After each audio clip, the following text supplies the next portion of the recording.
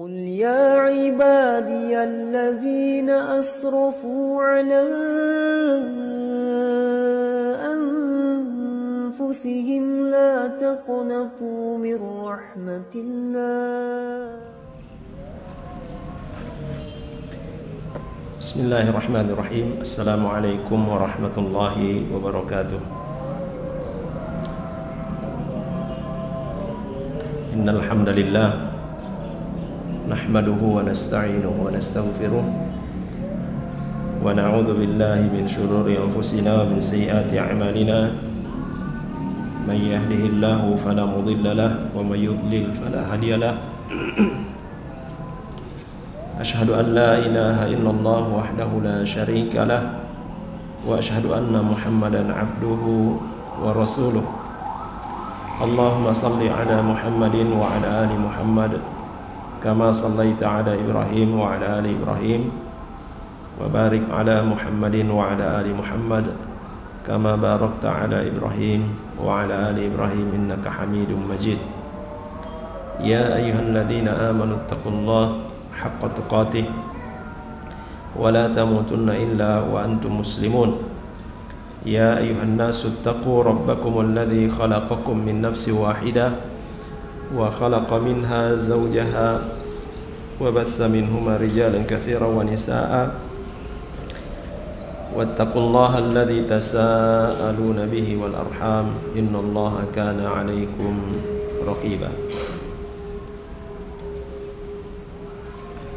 Amma ba'd, fa inna asdaqal hadithi kitabullah wa khairal hadi hadi Muhammadin sallallahu alaihi wasallam wa syarral umuri muhdatsatuha wa kullu muhdatsatin bid'ah wa kullu bid'atin dhalalah wa kullu dhalalatin finnar.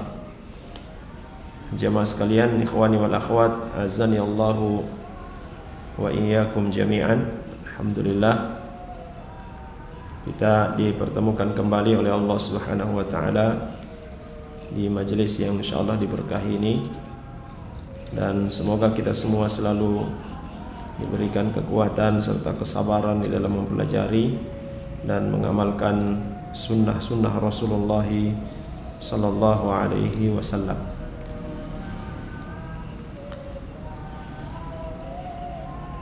Pada malam hari ini kita lanjutkan pembahasan kita dalam penjelasan Riyadhus Shalihin. Kita masih di bab yang kedua, yaitu tentang taubat. Hadis yang keempat dan seterusnya.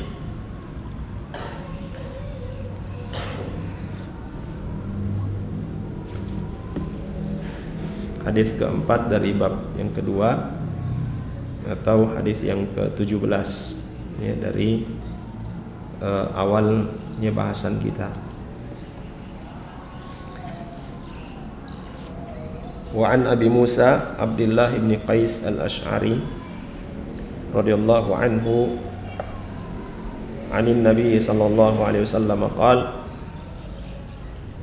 Inna Allah Ta'ala yabsutu yadahu bil-laili liyatuba musi'un nahari wa yabsutu yadahu bin-nahari liyatuba musi'ul laili hatta tatlu'a asy-syamsu min maghribiha. Sesungguhnya Allah Subhanahu wa Ta'ala membentangkan tangannya pada malam hari bagi orang-orang yang bertaubat dari dosanya di siang hari, dan dia, Allah Subhanahu wa Ta'ala, membentangkan tangannya di siang hari bagi orang-orang yang bertaubat dari dosanya yang dia kerjakan pada malam hari. Dan itu terus berlangsung hatta tatlu asy-syams min maghribiha, sampai matahari terbit dari tempat terbenamnya. Hadis selanjutnya dari Abu Hurairah radhiyallahu anhu, beliau berkata, Rasulullah sallallahu alaihi wasallam bersabda, "Man taba qabla an tatlu'a asy-syamsu min maghribiha, taballahu alaihi." Barang siapa yang bertaubat sebelum matahari terbit dari tempat terbenamnya, maka Allah menerima taubatnya. Hadis riwayat Muslim. Yang pertama tadi juga hadis riwayat Muslim. Kemudian hadis selanjutnya dari Abi Abdurrahman Abdullah ibn Umar bin Khattab radhiyallahu anhuma, dari Nabi sallallahu alaihi wasallam, beliau bersabda, "Innallaha azza wa jalla yaqbalu taubatal 'abdi ma lam yughargir." Sesungguhnya Allah azza wa jalla menerima taubat seorang hamba selama nafasnya belum sampai di kerongkongan. Hadis diriwayatkan oleh Imam At-Tirmidzi dan hadis ini adalah hadis hasan. Jamaah sekalian yang dirahmati oleh Allah Subhanahu wa taala, ketiga hadis ini berkaitan dengan masalah taubat, khususnya hal yang berkaitan dengan waktu atau masa diterimanya taubat oleh Allah Subhanahu wa taala. Salah satu syarat taubat yang dijelaskan oleh Syekh Al-Utsaimin rahimahullah taala yang sudah kita sebutkan, ada berapa? Ada 5 ya. Salah satunya adalah pertaubatan itu dilakukan pada waktunya. Dan waktu diterimanya taubat itu yaitu sebelum terbit matahari dari tempat terbenamnya, dan secara khusus per individu sebelum nafas sampai di kerongkongan.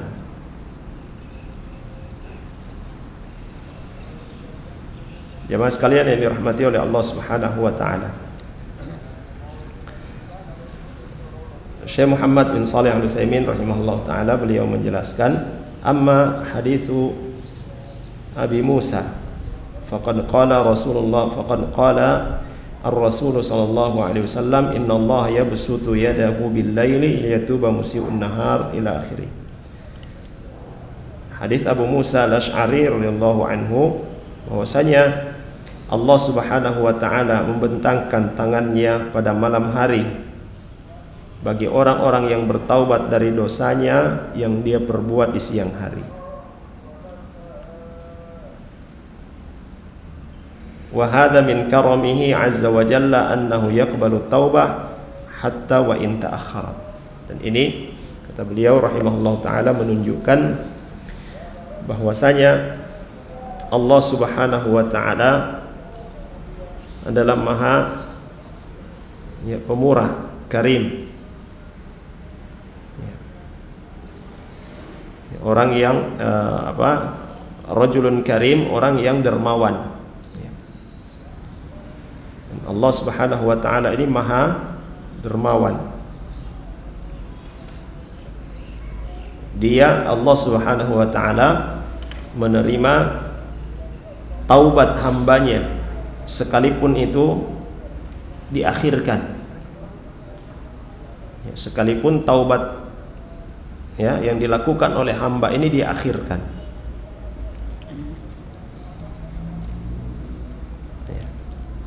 Dia lakukan perbuatan taubat, perbuatan dosa di siang hari, dan dia akhirkan taubatnya nanti di malam hari.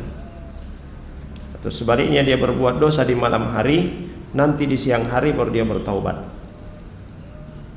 Walaupun diakhirkan, Allah Subhanahu wa taala tetap menerima taubat hambanya. Ini maha dermawannya Allah Subhanahu wa taala, maha pengasihnya Allah Subhanahu wa taala.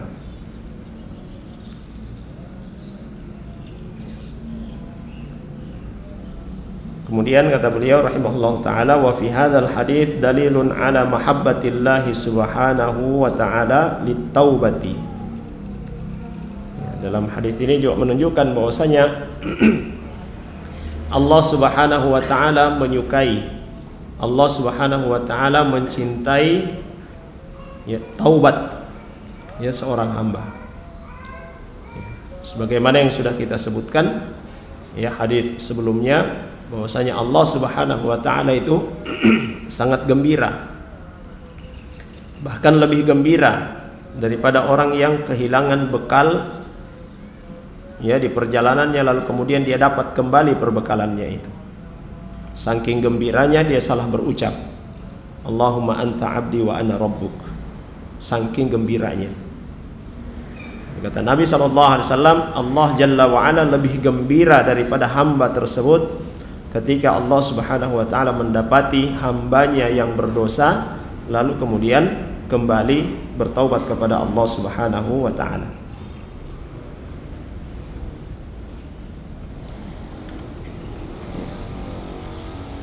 Jamaah sekalian yang dirahmati oleh Allah Subhanahu wa taala. Kemudian wa fihi, dalam hadis ini juga menunjukkan dalil penetapan al-yad lillah. Dalam hadis ini ada dalil penetapan terhadap al-yad. Kalau diterjemahkan yad ini artinya apa? Tangan.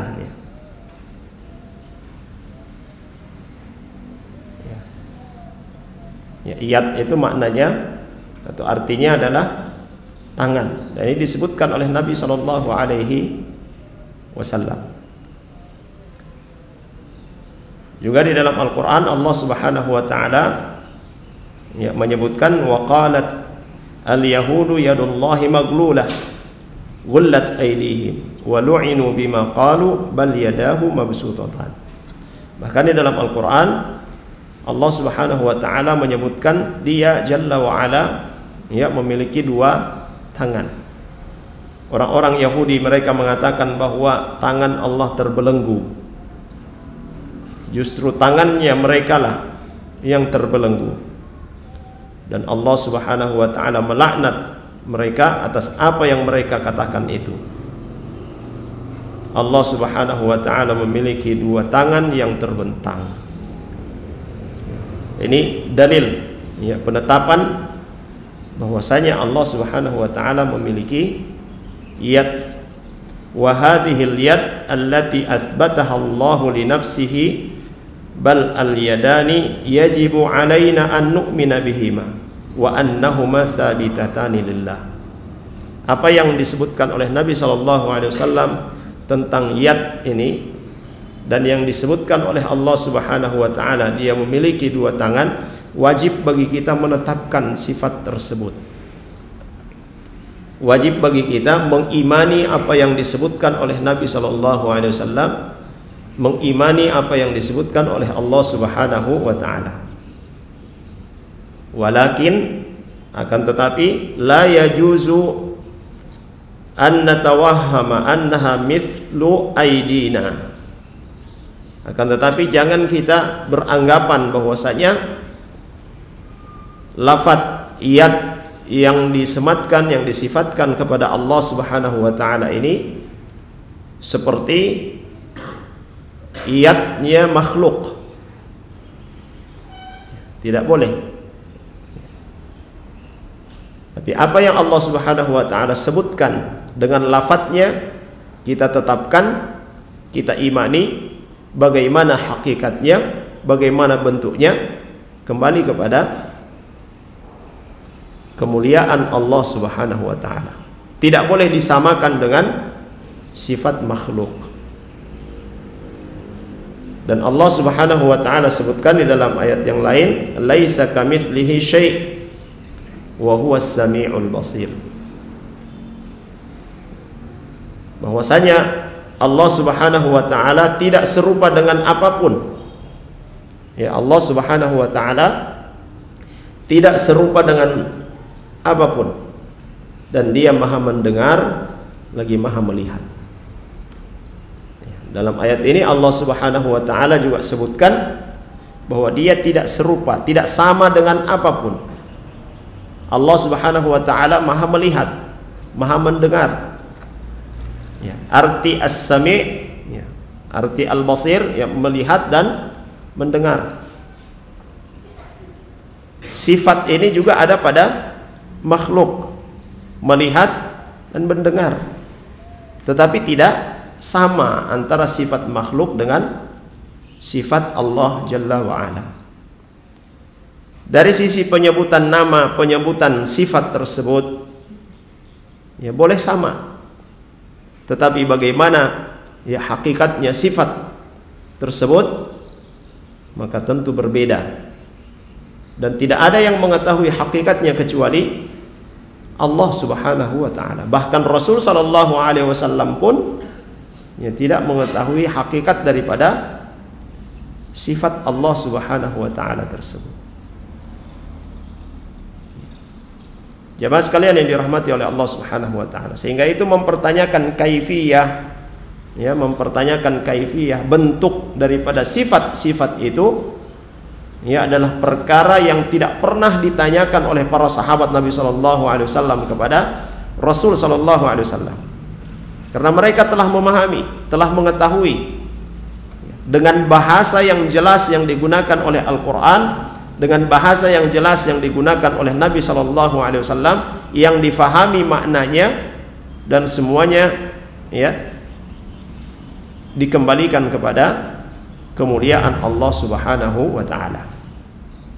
Jadi perlu kita perhatikan jemaah sekalian, berkaitan dengan sifat-sifat Allah Subhanahu wa taala, wajib bagi kita mengimani, menetapkan apa yang Dia tetapkan untuk dirinya atau apa yang ditetapkan oleh Rasul sallallahu alaihi wasallam untuk Allah Subhanahu wa taala, dan tidak menyerupakan dengan ya sifat-sifat makhluk. Tidak boleh pula ya mengingkari ya sifat-sifat tersebut. Tidak boleh pula kita memalingkan makna daripada yang ya disebutkan oleh Allah Subhanahu wa taala dan Rasulnya ini. Dan simpel jemaah sekalian, simpel. Apa yang disebutkan oleh Allah, ya, itu kita tetapkan, kita imani. Ya. Hakikatnya kembali kepada Allah Subhanahu wa taala. Jemaah sekalian yang dirahmati oleh Allah Subhanahu wa taala. Kemudian kata beliau rahimahullah taala, wa fi hadzal hadits anna Allah Subhanahu wa taala yaqbalu taubatal 'abdi wa in ta'akhkharat, lakin al-mubadaratu bit-taubati hiyal wajib li'anna al-insana la yadri qad yafja'uhu al-maut fayamutu qabla an yatub, fal wajibu al-mubadarah, lakin ma'a dhalika law ta'akhkharat taballahu 'ala al-'abd. Di dalam hadis ini menjelaskan bahwasanya Allah Subhanahu wa taala menerima taubat hambanya sekalipun terakhir, ya, dia bertaubatnya terakhir, ya, dia akhirkan taubatnya, tetap Allah Subhanahu wa taala menerimanya. Akan tetapi bersegera untuk bertaubat, ya, bersegera untuk bertaubat hukumnya adalah wajib, ya, sebagaimana yang kita katakan dalilnya dalam surah Ali Imran, ya, wasari'u ila maghfiratin min rabbikum wa jannatin 'arduha as-samawati wal ard u'iddat lil muttaqin. Allah perintahkan wasari'u, bersegeralah untuk mendapatkan ampunan dari Rabb kalian. Nah, di sini disuruh bersegera untuk bertaubat. Sehingga itu Syekh Asy-Syanqiti rahimahullah taala beliau katakan bersegera untuk bertaubat hukumnya adalah wajib, Ya, dalilnya ayat ini, wasari'u ila maghfiratin min rabbikum wa jannatin 'arduhas samawati wal ardh. Jamaah sekalian yang dirahmati oleh Allah Subhanahu wa taala. Bersegera untuk bertaubat hukumnya adalah wajib. Kenapa? Karena manusia tidak tahu kapan datangnya kematian itu. Manusia tidak menyadari, tidak mengetahui kapan datangnya kematian itu. Dan kita menyaksikan orang-orang yang di pagi hari kita berkomunikasi dengannya, tiba-tiba di siang hari kita dengar dia sudah meninggal. Orang yang barusan bersanda gurau dengan kita, tiba-tiba kita dengar meninggal. Apalagi di masa-masa seperti sekarang ini, yang hampir setiap menit kita dengar, kita lihat pemberitaan atau postingan inna lillahi wa inna ilaihi raji'un, telah meninggal si fulan dan si fulan. Jamaah sekalian yang dirahmati oleh Allah Subhanahu wa taala, al-mubadaratu bitaubati wajibun. Bersegera untuk bertaubat hukumnya adalah wajib. Karena kita tidak mengetahui kapan tibanya ajal itu. Jamaah sekalian yang dirahmati oleh Allah Subhanahu wa taala, wa fi hadzal hadits anna asy-syamsa idza tala'at min maghribiha intaha qabulut taubah. Apabila matahari telah terbit dari tempat terbenamnya, maka selesailah masa penerimaan taubat itu. Selesai. Ketika matahari sudah terbit dari barat, lalu kemudian ada yang mengatakan saya bertaubat, saya beriman, tidak ada lagi. Tidak diterima lagi keimanannya, tidak diterima lagi pertaubatannya. Mungkin ada sebagian orang yang bertanya, bagaimana mungkin matahari bisa terbit dari barat, dari tempat terbenamnya? Mungkin ada orang-orang yang bertanya seperti itu, meragukan bahwa matahari itu bisa terbit dari barat. Jamaah sekalian, sesuatu yang diciptakan oleh Allah Subhanahu wa taala, Dia yang menciptakan dari yang tidak ada menjadi ada. Maka untuk merubah sesuatu yang sudah ada sangat mudah bagi Allah Subhanahu wa taala. Dari yang tidak ada saja bisa diadakan, mudah bagi Allah untuk mengadakannya. Apalagi yang sudah ada untuk dirubah olehnya, itu sangat mudah. Dan Allah Subhanahu wa taala Al-Qadir, Dia maha mampu, Al-Qawi, Dia maha kuat. Jamaah sekalian yang dirahmati oleh Allah Subhanahu wa taala. Dan orang-orang orang astronomi atau apa yang fokus dalam mempelajari peredaran bintang ini, astronomi sudah ada di antara mereka yang menyatakan bahwa tempat terbitnya matahari saat ini, matahari terbit itu selalu bergeser sedikit demi sedikit, sudah mulai bergeser. Kalau dia bergeser seperti itu, maka sangat mungkin secara akal sangat mungkin untuk bergeser sampai di tempat terbenamnya, dan itu mudah bagi Allah Subhanahu wa taala. Jemaah sekalian, kalau matahari sudah terbit dari barat, tidak ada lagi taubat yang diterima. Orang-orang yang menyatakan beriman kepada Allah pada saat itu tidak berguna lagi pernyataan keimanan mereka. Jemaah sekalian yang dirahmati oleh Allah Subhanahu wa taala. Kemudian kata beliau rahimahullahu taala, kullun yatubu aidan lakin alladhi lam yatub qabla an tatlu'a asy-syams min maghribiha la tuqbal taubatuhu lianna hadhihi al-ayah yashhaduha kullu ahadin idza ja'at al-ayat al-munzirah lam tanfa' at-taubah wa lam yanfa' al-iman. Semua orang yang bertaubat dari dosanya itu akan diterima oleh Allah Subhanahu wa taala. Tetapi orang-orang yang lam yatub qabla an tatlu asy-syams. Mereka tidak bertaubat sebelum terbitnya matahari dari barat. Lalu kemudian di saat itu mereka bertaubat, tidak diterima oleh Allah Subhanahu wa taala. Dan pada saat itu seluruh manusia menyaksikan, ya, melihat matahari itu terbit dari barat. Itu termasuk alamatul kubra. Termasuk alamatul kubra, ya, alamat besar, tanda kiamat besar. Ya. Sudah sangat dekat sekali dengan terjadinya kiamat. Maka taubat dan iman pada saat itu tidak lagi bermanfaat. Kemudian selanjutnya hadis Ibnu Umar Ibnu Khattab radhiyallahu anhuma, innallaha yaqbalu taubatal 'abdi innallaha yaqbalu taubata 'abdihi ma lam yughargir. Ya, sungguhnya Allah Subhanahu wa taala menerima taubat hambanya selama nafasnya belum sampai di kerongkongan. Fa idza wasalatir ruh al-hulqum fala taubata. Apabila nafas sudah sampai di kerongkongan, maka tidak ada lagi taubat baginya. Ya, sebagaimana Fir'aun laknatullah alaih, ya, ketika Allah Subhanahu wa taala tenggelamkan dia dan nafasnya sudah sampai di kerongkongan, lalu kemudian dia mengatakan beriman kepada Tuhannya Musa dan Harun, ya, tidak diterima oleh Allah Subhanahu wa taala. Di dalam Al-Quran juga Allah Subhanahu wa ta'ala sebutkan, وَلَيْسَتِ التَّوْبَةُ لِلَّذِينَ يَعْمَلُونَ السَّيِّئَاتِ حَتَّى إِذَا حَضَرَ أَحَدَهُمُ الْمَوْتِ قَالَ إِنِّي تُبْتُ الْآنِ.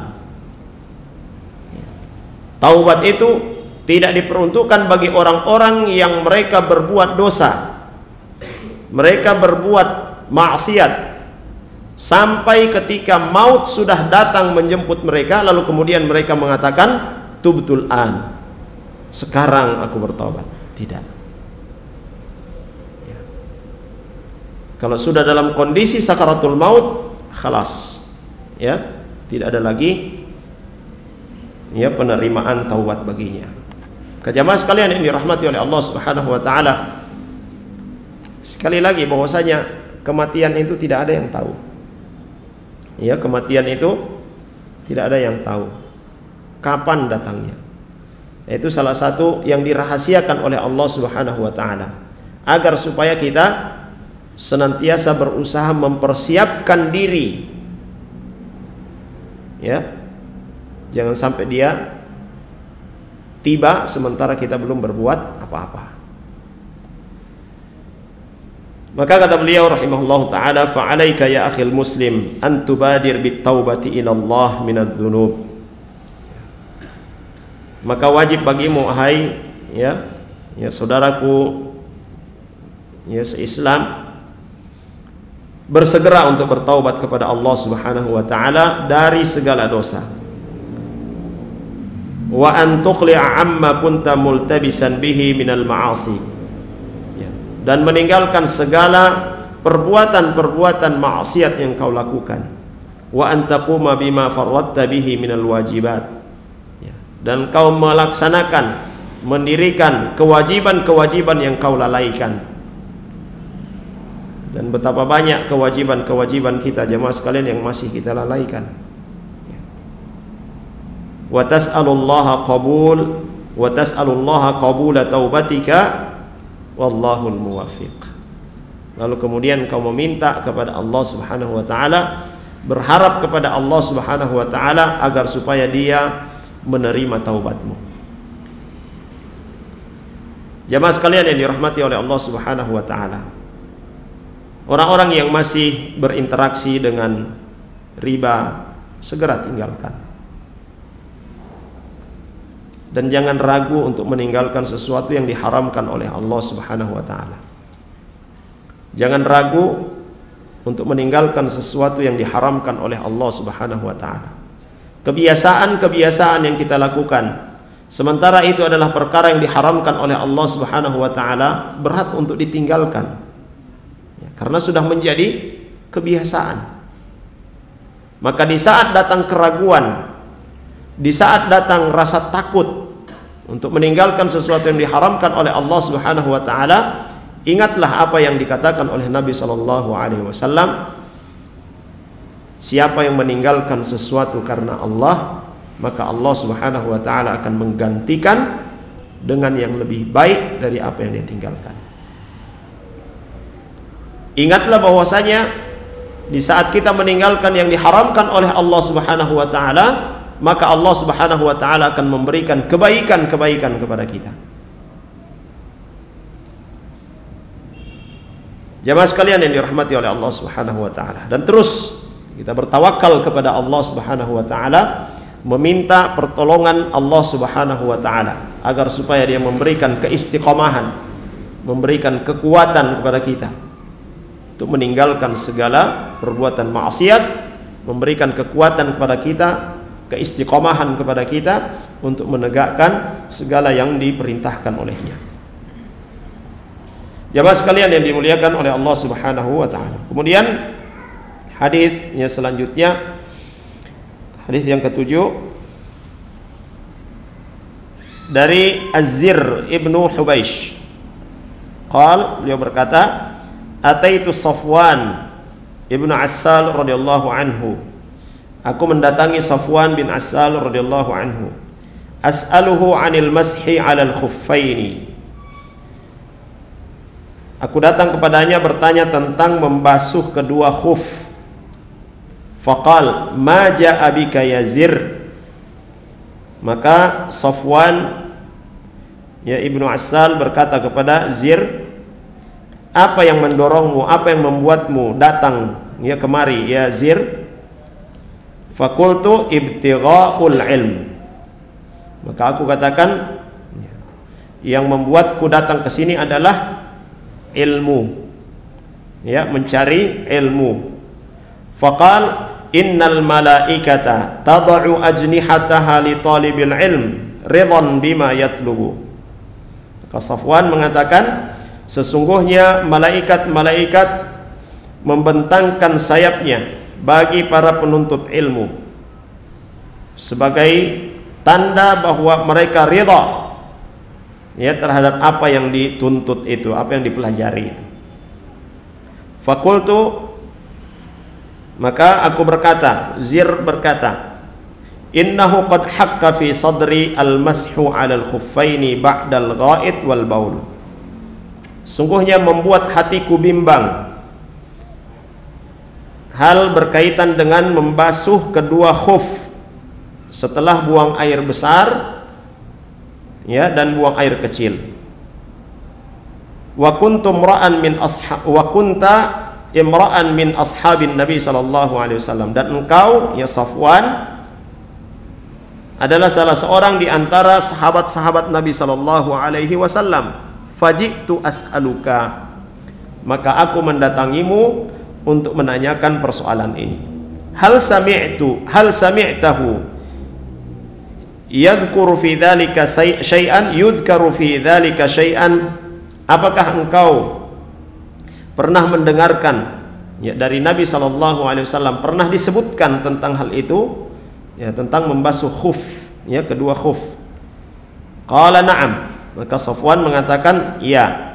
Kana ya'muruna idza kunna safaran aw musafirin alla nanza'a khifafana thalathata ayyamin. Alla nanzi'a khifafana thalathata ayyamin. Ya, kami dulu diperintahkan oleh Nabi sallallahu alaihi wasallam ketika melakukan safar agar supaya kita tidak melepas ya khuf kita selama 3 hari. Walayalihinna, ya, selama 3 hari dan 3 malam. Illa min janabatin, ya, kecuali di saat junub. Lakin min ghaitin wa baulin wa naumin. Ya. Jadi kita diperintahkan oleh Nabi sallallahu alaihi wasallam untuk tidak menanggalkan, untuk tidak melepas khuf selama 3 hari 3 malam ketika dalam safar, ya, kalau ya berhadas karena ghaid, ya, buang air besar atau buang air kecil, atau karena tidur, maka tidak perlu dibuka khufnya ya di saat berwudu. Adapun kalau junub ya maka harus dibuka lalu kemudian mandi. Ini pembahasan dalam fikih. Ya mudah-mudahan ya, ada waktu kita untuk kita pelajari ya fikih di tempat ini. Mudah-mudahan insyaallah. Faqultu hal sami'tahu yadhkuru fil hawa syai'an. Apakah engkau mendengar Nabi SAW beliau menyebutkan sesuatu tentang cinta? Qal na'am. Maka Safwan mengatakan iya. Kunna ma'a Rasulillah sallallahu alaihi wasallam fi safarin. Kami pernah bersama dengan Rasul sallallahu alaihi wasallam dalam sebuah perjalanan. Fabaina nahnu indahu id nadahu a'rabiyyun bi sautin lahu jauhari. Lalu tiba-tiba di saat kita bersama dengan Nabi sallallahu alaihi wasallam datang seorang A'rabi. Ya, seorang A'rabi ini Badui, orang Arab yang tinggal di pedalaman. Bisautin lahu jauhariyun. Ya, dengan suara yang lantang, dengan suara yang keras. Dia berseru, "Ya Muhammad." Dia memanggil Rasulullah SAW dengan suara keras, "Ya Muhammad." Fa'ajabahu Rasulullah sallallahu alaihi wasallam nahwan min sautihi. Maka Nabi sallallahu alaihi wasallam juga menyambut seruannya ya, dengan suara yang sama kerasnya dengan suara A'rabi tersebut. Ya, jadi sini ya, mari sini. Tapi dengan suara yang tinggi. Sama dengan suaranya A'rabi tersebut. Faqultu lahu. Maka Safwan radhiyallahu anhu mengatakan kepada A'rabi tersebut, "Waihak." Ya, kalau diartikan secara harfiah ini waihak ini sama dengan ya, celakalah engkau. Ya, ughbut min sautik. Rendahkan suaramu. Fa innaka 'indan Nabi sallallahu alaihi wasallam. Sungguhnya engkau berada di hadapan Nabi sallallahu alaihi wasallam. Wa qad nuhitu an hadza. Atau waqad nuhita an hadza. Dan kau telah dilarang untuk melakukan perbuatan seperti ini. Ya, atau Safwan mengatakan dan aku dilarang untuk melakukan hal seperti ini yang meninggikan suara di hadapan Nabi sallallahu alaihi wasallam. Faqal, A'rabi ini ya terkenal ya kalau sudah disebut A'rabi, orang Badui itu tidak punya adab. Apa jawabannya? Wallahi la aghdud. Saya tidak akan ya demi Allah saya tidak akan menurunkan suaraku. Ya. Qala al-A'rabi. Maka A'rabi ini berkata, "Al-mar'u yuhibbul qauma walamma yalhaqu bihim." Jadi A'rabi ini bertanya kepada Nabi sallallahu alaihi wasallam, bagaimana ya statusnya seorang yang mencintai suatu kaum tetapi dia tidak bisa menyamai perbuatan kaum tersebut, kaum yang dia cintai itu. Dia tidak mampu untuk menyamai ya perbuatan-perbuatan dan sikap-sikap atau sifat-sifat kaum tersebut. Qala Nabi sallallahu alaihi wasallam, maka Nabi sallallahu alaihi wasallam memberikan jawaban kepadanya, "Al mar'u ma'a man ahabba yaumal qiyamah." Bahwa seorang itu akan membersamai siapa yang dia cintai ya pada hari kiamat nanti. Dengan kecintaannya kepada orang-orang tersebut maka dia akan membersamai mereka di yaumil qiyamah, pada hari kiamat nanti. Fama zala yuhaddithuna hatta dzakara baban. Maka Safwan radhiyallahu anhu mengatakan, dan Nabi SAW terus ya menyampaikan kepada kita ya mengajari kita hal-hal yang baik hatta dzakara baban minal maghrib, sampai Nabi SAW menyebutkan ya sebuah pintu ya di bagian barat ya masiratu ardihi aw yasiru ar-rakibu fi ardihi 40 aw 70 aman. Yang luas pintu tersebut, ya, yang disebutkan oleh Nabi, ada sebuah pintu di bagian barat, ya, Madinah, ya. Nah, ini di Syam ada sebuah pintu yang luas pintu tersebut, ya, luasnya pintu tersebut sejauh perjalanan 40 atau 70 aman. Ya, sejauh, ya, kalau ditempuh antara, ya, apa, palang pintu kalau kita di sini, ya, ujung pintu satu dengan pintu sebelahnya itu selama 40 tahun atau 70 tahun perjalanan. Perjalanan waktu itu dengan, ya, dengan unta. Qala Sufyan ahadur ruwat. Maka berkata, ya, Sufyan, ya, salah seorang rawi daripada hadis ini, qibala Syam, ya, di bagian Syam. Khalaqahu Allah Ta'ala yauma khalaqas samawati wal ard. Allah Subhanahu wa Ta'ala menciptakan pintu ini, ya, pada waktu bersamaan dengan Allah Subhanahu wa Ta'ala menciptakan langit dan bumi. Maftuhan lit taubati, dan pintu ini terus terbuka. Pintu ini terus terbuka, yang Allah Subhanahu wa Ta'ala yang menerima taubat. La yuglaku hatta tatlu asy-syamsu minhu, dan pintu ini tidak akan ditutup sampai terbitnya matahari dari pintu tersebut. Jamaah sekalian yang dirahmati oleh Allah Subhanahu wa Ta'ala, hadis ini diriwayatkan oleh Imam At-Tirmidzi dan yang lainnya, dan beliau katakan bahwa hadis ini derajatnya adalah hasan sahih. Jamaah sekalian yang dirahmati oleh Allah Subhanahu wa Ta'ala, hadal hadis, ya, hadis ini di antara hadis-hadis yang menjelaskan bahwasanya taubat itu tidak akan terputus, artinya akan terus diterima oleh Allah Subhanahu wa Ta'ala sampai terbit matahari dari bagian barat. Ya. Kemudian beliau Syekh Al-Utsaimin rahimahullah taala menyebutkan hadzal hadis yashtamilu ala fawaid. Ya, hadis ini, ya, terkandung di dalamnya banyak faidah.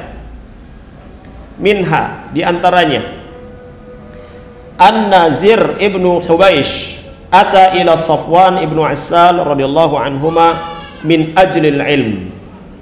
Bahwasanya Zir, ya, dari kalangan tabi'in, bin Hubaish, beliau datang kepada Safwan bin Assal dalam rangka untuk belajar. Ya. Datang kepada seorang sahabat, ya, seorang tabi'in mendatangi sahabat Nabi sallallahu alaihi wasallam untuk mengetahui satu ilmu, yaitu tentang apa? Masalah apa? Khuf, ya, membasuh khuf. Faqala Safwan ibnu Assal, innal malaikata la tad'u ajnihataha li talibil ilm ridan bima yatlub. Ya. Nah, karena Zir ibnu Hubaish mengatakan kedatangannya itu adalah untuk belajar, untuk mengetahui satu ilmu, maka Safwan, ya, ibnu Assal radhiyallahu anhu mengatakan, ya, riwayat dari Nabi sallallahu alaihi wasallam, sesungguhnya malaikat meletakkan atau membentangkan sayapnya, ya, bagi para penuntut ilmu, ya, sebagai tanda bahwa malaikat itu ridha terhadap apa yang dituntut oleh para penuntut ilmu. Wa hadhihi faidatun 'azimatun tadullu ala fadilatil ilmi. Ini kata beliau rahimahullah taala adalah merupakan keutamaan yang besar, faidah yang besar yang bisa kita ambil dari hadis Nabi sallallahu alaihi wasallam ini, yang menunjukkan tentang kemuliaan ilmu, wa talabil ilmi, dan kemuliaan, ya, pekerjaan menuntut ilmu. Dan yang dimaksudkan di sini adalah ilmu syar'i. Dan ini dikatakan oleh para ulama, setiap ayat yang menyebutkan tentang keutamaan orang-orang yang berilmu, hadis-hadis yang menyebutkan tentang keutamaan orang yang berilmu, keutamaan menuntut ilmu, yang dimaksudkan di situ adalah ilmu syar'i. Ya, ilmu tentang syariat Allah Subhanahu wa taala.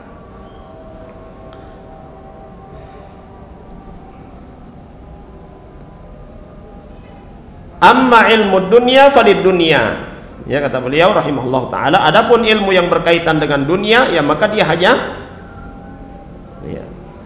hanya sebatas itu saja,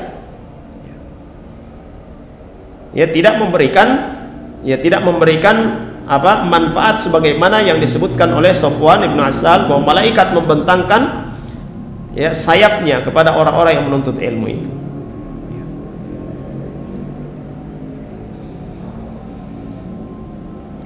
Jamaah sekalian yang dirahmati oleh Allah Subhanahu wa taala. Jadi kata beliau di sini, ya rahimahullah taala, malaikat membentangkan sayapnya kepada para penuntut ilmu sebagai tanda bahwa mereka ridha ya terhadap apa yang dipelajari oleh para penuntut ilmu ini. Ya, ini menunjukkan bahwasanya orang yang mempelajari ilmu syar'i, mereka adalah orang-orang yang layak untuk mendapatkan pujian, layak untuk dihormati, dan memberikan motivasi kepada manusia untuk menuntut ilmu syar'i. Itu adalah perkara yang baik. Ini termasuk di dalam hadis Nabi sallallahu alaihi wasallam, man dalla ala khairin kafa'ilihi, siapa yang menunjukkan kebaikan kepada seorang maka dia sama dengan pelaku kebaikan tersebut. Ada orang-orang yang memiliki kelebihan harta, tetapi Allah Subhanahu wa taala mencabut dari mereka kesempatan untuk menuntut ilmu, pergi ke tempat jauh menuntut ilmu. Mereka punya harta, mereka bisa mendapatkan kebaikan-kebaikan perjalanan dalam menuntut ilmu dengan cara apa? Dengan cara apa? Membiayai orang-orang yang punya semangat untuk menuntut ilmu syar'i. Sekalipun dia tidak pergi menuntut ilmu syar'i, tapi dia berada di tempatnya, dia hanya hadir di majelis-majelis yang dekat dengan rumahnya, tetapi dia membiayai orang-orang yang pergi belajar, yang kemudian mereka kembali dan menyampaikan ilmu yang mereka pelajari itu, maka selama itu pula Allah Subhanahu wa taala memberikan kebaikan-kebaikan kepadanya. Jamaah sekalian yang dirahmati oleh Allah Subhanahu wa taala, pernah kita sebutkan ada hadis Nabi sallallahu alaihi wasallam ya, yang beliau didatangi oleh ya para sahabat Nabi sallallahu alaihi wasallam yang kekurangan harta. Mereka datang kepada Nabi dan mengatakan, ya ahlu dusur, ya orang-orang kaya di antara para sahabat Nabi sallallahu alaihi wasallam, mereka telah mendahului kita dari kebaikan-kebaikan. Mereka bisa berinfak, mereka bisa bersedekah, ketika berjihad juga mereka bisa berjihad dengan hartanya, sementara kita tidak bisa.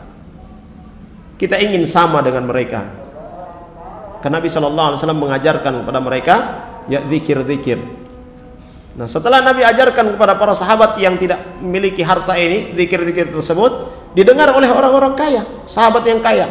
Mereka pun mengamalkannya. Datang lagi para sahabat yang miskin kepada Nabi, mengatakan, ya Rasulullah, mereka dengar apa yang kau beritahukan kepada kami dan mereka mengamalkan. Kita ingin sama dengan mereka. Maka Nabi SAW mengatakan apa? Itulah kelebihan yang Allah Subhanahu wa taala berikan kepada mereka. Nah, ini jamaah sekalian yang dirahmati oleh Allah Subhanahu wa taala, pernah kita sebutkan ya berkaitan dengan masalah zuhud. Ya, pernah kita sebutkan di majelis ini berkaitan dengan masalah zuhud. Ya. Jangan menganggap bahwasanya zuhud itu adalah tidak punya apa-apa. Jangan kita mengira bahwa orang yang punya harta yang banyak lalu kemudian kita katakan, wah dia ini tidak zuhud. Tidak. Tapi zuhud ini berkaitan dengan penyikapan kita terhadap dunia. Orang-orang zuhud menjadikan dunia, menjadikan harta itu hanya berada dalam genggaman tangan mereka, tidak dimasukkan ke dalam hati mereka. Sedangkan orang-orang yang miskin, kalau harta ada di dalam hati mereka, maka mereka itu adalah hamba-hamba dunia. Sehingga itu ada dari kalangan para ulama yang mengatakan, kita mendapati ada orang-orang yang miskin tidak punya apa-apa, tapi ternyata dia adalah hamba dunia. Sedangkan ada orang-orang yang punya harta yang melimpah, tetapi dia min ahli zuhad, dia adalah termasuk orang yang zuhud. Jamaah sekalian yang dirahmati oleh Allah Subhanahu wa taala. Baik, kita lanjutkan setelah adzan. Fadhal. Sallallahu ala nabiyina Muhammad.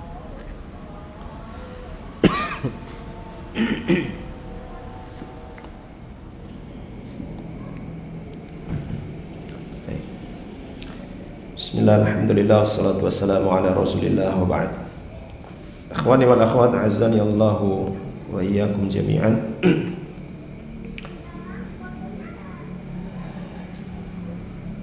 Jadi ilmu yang dipelajari oleh seorang yang mendapatkan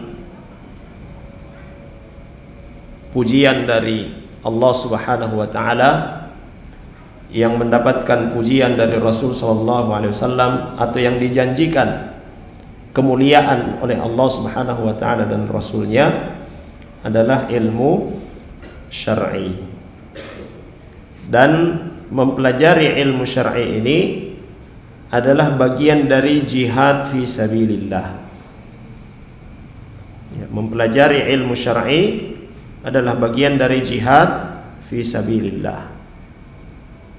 Orang yang wafat dalam perjalanan menuntut ilmu, maka dikatakan oleh para ulama, dia adalah orang yang syahid, ya, orang yang mati syahid. Jamaah sekalian yang dirahmati oleh Allah Subhanahu wa taala. Kemudian beliau katakan, anna hadzal din qama bi amrayn. Agama ini tegak dengan dua perkara. Yang pertama adalah bil ilmi wal bayan. Agama ini akan senantiasa tegak ketika ilmu diajarkan, dijelaskan dan diamalkan.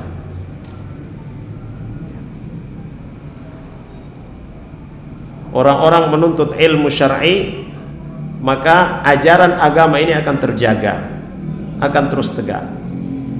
Dan yang kedua, bisilahi wassinan. Agama ini juga tegak dengan, ya, dengan senjata, dengan pedang. Ya, artinya di sini dengan jihad. Ya, kalau disebutkan bahwa al-jihad, ya, jihad itu adalah payung, ya, pelindung daripada agama ini. Hatta inna ba'dha al-ulama'i qal, bahkan sebahagian dari kalangan para ulama berkata, inna talabal ilmi afdalu minal jihad fi sabilillahi bis-silah. Sesungguhnya menuntut ilmu itu lebih afdal, lebih utama daripada berjihad di jalan Allah dengan senjata. Kenapa? Lianna hifdhas syari'ati innama yakunu bil ilmi wal jihadu bis silahi mabniyun 'alal ilmi. Alasannya kenapa ilmu, yang menuntut ilmu itu lebih utama daripada jihad, ya, di jalan Allah dengan senjata, karena sesungguhnya menjaga syariat Allah Subhanahu wa taala ini, ya, harus dengan ilmu. Wal jihadu bis silah, dan jihad dengan senjata harus dibangun di atas ilmu. Kalau orang pergi berjihad tanpa ilmu, apa yang akan terjadi? Akan melakukan kerusakan.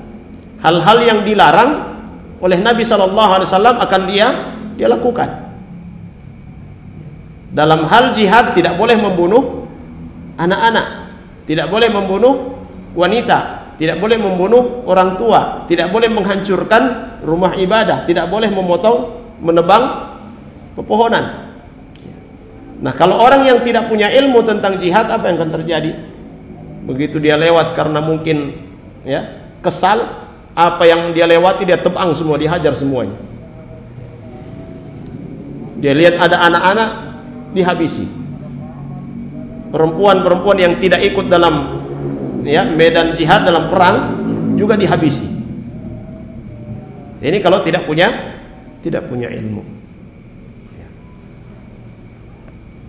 La yasiru al-mujahidu wa la yuqatilu wa la yahjumu wa la yaqsimul ghanima wa la yahkumu bil asra illa an tariqil ilmi fal ilmu huwa kullu syai'. Ya, seorang mujahid itu ya, dia tidak akan berjalan dengan benar, dia tidak akan ya berperang dengan cara yang benar, dia tidak akan ya melakukan penyerangan dengan benar, ya tidak tahu strategi, tidak ada ilmu perang, ya akhirnya datang serampangan, ya, ayo kita serbu ke sana, ternyata musuh ada di belakang. Ketika dikejar musuh, lari ke tempat yang justru di sana ada perangkap-perangkapnya musuh. Ini harus ada strategi, harus ada ilmunya. Dalam membagi ghanimah juga ada ilmunya. Dalam memperlakukan tawanan perang juga ada ilmunya. Ya, sehingga itu beliau katakan fal ilmu huwa kullu syai'. Maka ilmu itu adalah segalanya. Ilmu itu adalah pondasi amal. Ya. Bahkan ilmu juga menjadi pondasi iman. Ya. Kalau tanpa ilmu maka keimanan akan rusak, kan salah. Ya. Jamaah sekalian yang dirahmati oleh Allah Subhanahu wa taala. Wa lihadza qala Allah azza wa jalla yarfa'illahu alladhina amanu minkum walladhina utul ilma darajat. Karena kemuliaan ilmu inilah maka Allah Subhanahu wa taala yang menyebutkan bahwasanya Allah Subhanahu wa taala mengangkat derajat orang-orang yang berilmu di antara orang-orang beriman di antara kalian dan orang-orang yang berilmu di antara kalian beberapa derajat. Dimuliakan oleh Allah Subhanahu wa taala. Ini menunjukkan kemuliaan ilmu. Mulianya orang-orang yang menuntut ilmu. Wa wada'al malaikatu ajnihataha li talibil ilm ridan bima yatlub wa ihtiraman lahu wa ta'dhiman lahu. Ya, juga ya hadis yang menyebutkan bahwa para malaikat membentangkan sayap mereka ya bagi para penuntut ilmu ya sebagai tanda keridhaan mereka terhadap apa yang mereka pelajari. Ini adalah merupakan bentuk ya malaikat-malaikat Allah memuliakan para penuntut ilmu. Bentuk malaikat-malaikat Allah mengagungkan para penuntut ilmu. Nah, malaikat-malaikat Allah ini adalah makhluk yang mulia dan mereka memuliakan para penuntut ilmu. Jamaah sekalian yang dirahmati oleh Allah Subhanahu wa taala, bersyukur kepada Allah Subhanahu wa taala atas nikmat yang Allah Subhanahu wa taala berikan kepada kita di saat kita mampu untuk datang ke majelis-majelis ilmu, mendengarkan dibacakan ayat-ayat Allah, mendengarkan dibacakan penjelasan-penjelasan para ulama tentang ayat Allah dan hadis-hadis Nabi sallallahu alaihi wasallam. Ini adalah nikmat jemaah sekalian. Siapa yang mau mencari keteduhan, siapa yang mau mencari ketenangan, mau mencari kebahagiaan, datang ke majelis ilmu. Karena orang-orang yang berada di majelis ilmu itu didoakan oleh para malaikat Allah Subhanahu wa taala. Sudah dikatakan oleh Nabi SAW, orang-orang yang berada di majelis-majelis ilmu itu diliputi dengan kebahagiaan. Siapa yang ingin menjaga imannya kepada Allah Subhanahu wa taala, hadiri majelis-majelis ilmu. Karena di majelis ilmu itu dibacakan ayat-ayat Allah Subhanahu wa taala.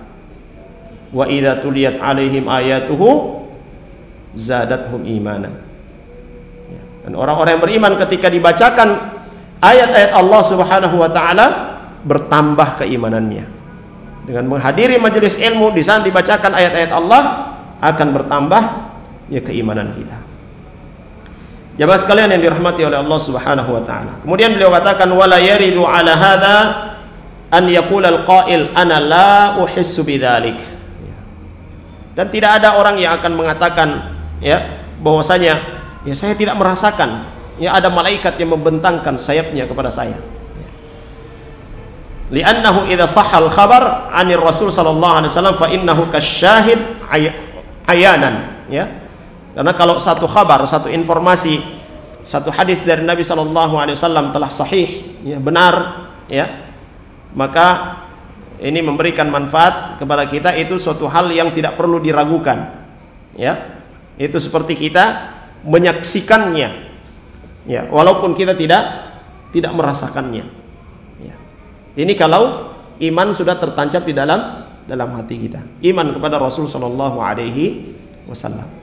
Sehingga apa yang dikatakan oleh beliau sallallahu alaihi wasallam, sami'na wa ta'ana, kita dengar dan kita patuhi. Ya, juga Nabi sallallahu alaihi wasallam ya, beliau memberikan contoh yang lain. Nabi sallallahu alaihi wasallam mengatakan innallaha yanzilu minas sama'i dunya hina yabqa thuluthu al-lail al-akhir fayaqul man yad'uni faastajibu lahu wa man yas'aluni fa'u'tiyahu wa man yastaghfiruni fa'aghfiru lah. Ya, Nabi sallallahu alaihi wasallam katakan sungguhnya Allah Subhanahu wa taala turun ke langit dunia ketika malam hari tinggal ya sepertiganya ya, atau di sepertiga malam terakhir, dan Allah berkata, siapa yang meminta kepadaku maka akan aku berikan. Ya, siapa yang berdoa kepadaku maka akan aku jawab doanya. Siapa yang memohon ampun kepadaku maka akan aku ampuni. Jemaah sekalian, ketika kita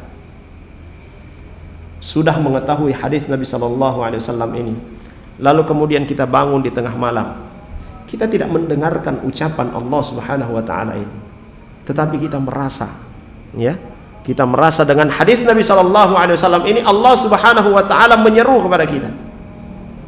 Di saat kita berdoa pada waktu tersebut ya, pada malam tersebut, apa yang akan ya terasa di dalam dada kita. Jamaah sekalian yang dirahmati oleh Allah Subhanahu wa taala. Dan ini ya keimanan kita kepada Rasulullah sallallahu alaihi wasallam, apa yang sudah sabit darinya, yang sudah tetap ya benar dari Nabi sallallahu alaihi wasallam, maka tidak perlu diragukan ya. Bahkan ketika kita meragukan apa yang dikatakan oleh Nabi sallallahu alaihi wasallam, itu adalah bentuk apa? Kekufuran kepada Nabi sallallahu alaihi wasallam. Karena salah satu konsekuensi iman kepada Rasul sallallahu alaihi wasallam adalah membenarkan ya, menerima, membenarkan, meyakini apa yang disampaikan oleh Nabi sallallahu alaihi wasallam. Siapa yang ragu, siapa yang tidak membenarkan, ya dia tidak beriman kepada Rasul sallallahu alaihi wasallam. Waliyadzubillah. Jemaah sekalian yang dirahmati oleh Allah Subhanahu wa taala.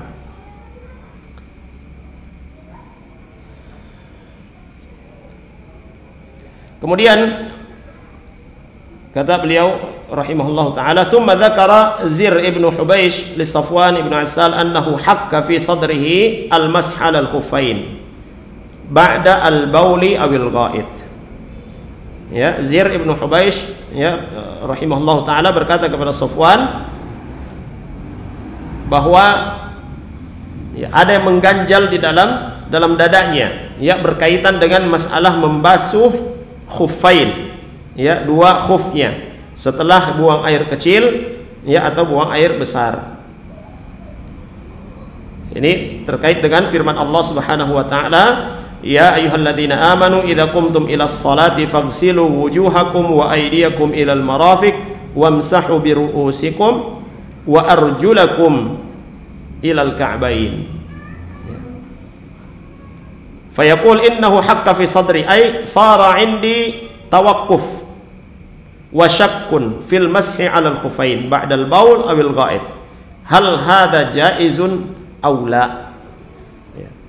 Jadi beliau mendatangi ya, Zir ibn Hubaish mendatangi Safwan ibnu Asal ya, terkait dengan firman Allah Subhanahu wa taala ini, hai orang-orang yang beriman, jika kalian hendak salat maka cucilah wajah-wajah kalian dan tangan kalian sampai ke siku, wamsahu, dan basuhlah kepala kalian, ya, wa arjulakum ilal ka'bain. Ini dalam bacaan ini arjulakum, sebahagian ulama membaca wa arjulikum, ya.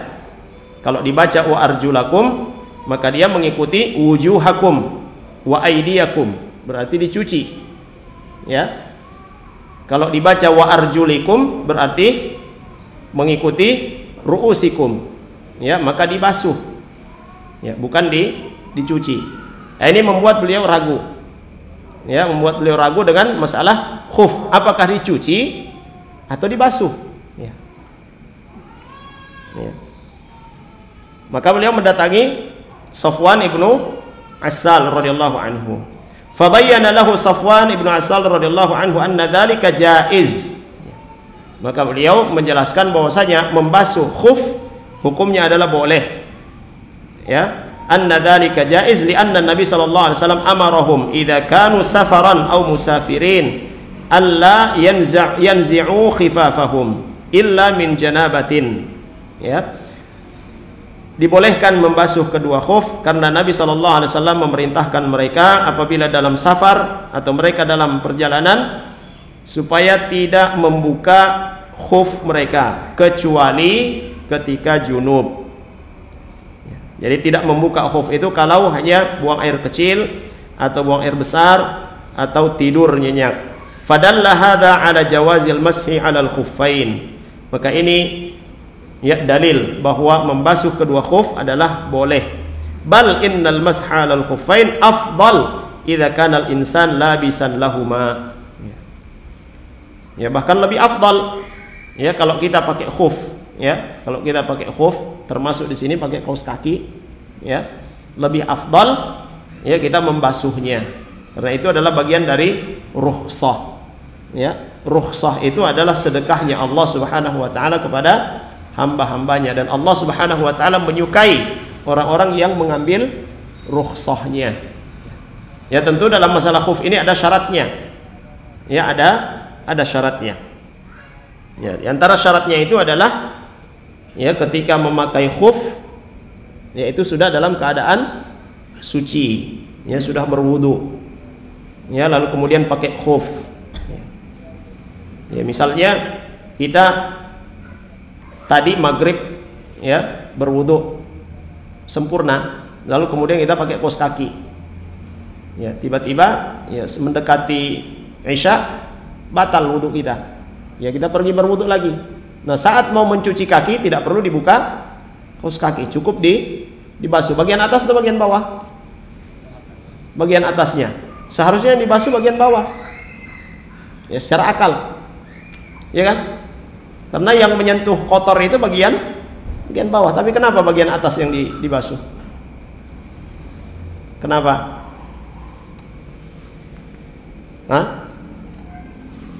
Karena begitu yang diajarkan oleh Nabi sallallahu alaihi wasallam.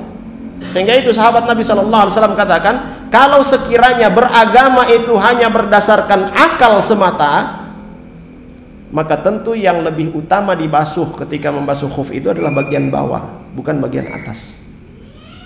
Tapi karena beragama itu berdasarkan dalil apa yang dicontohkan oleh Nabi sallallahu alaihi wasallam, maka dalam membasuh khuf pun yang dibasuh itu adalah bagian atasnya.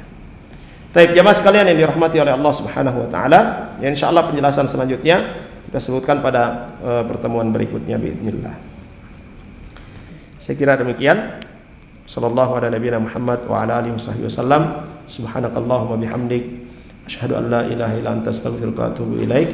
Walhamdulillahirabbil alamin. Assalamualaikum warahmatullahi wabarakatuh. قل يا عبادي الذين أسرفوا على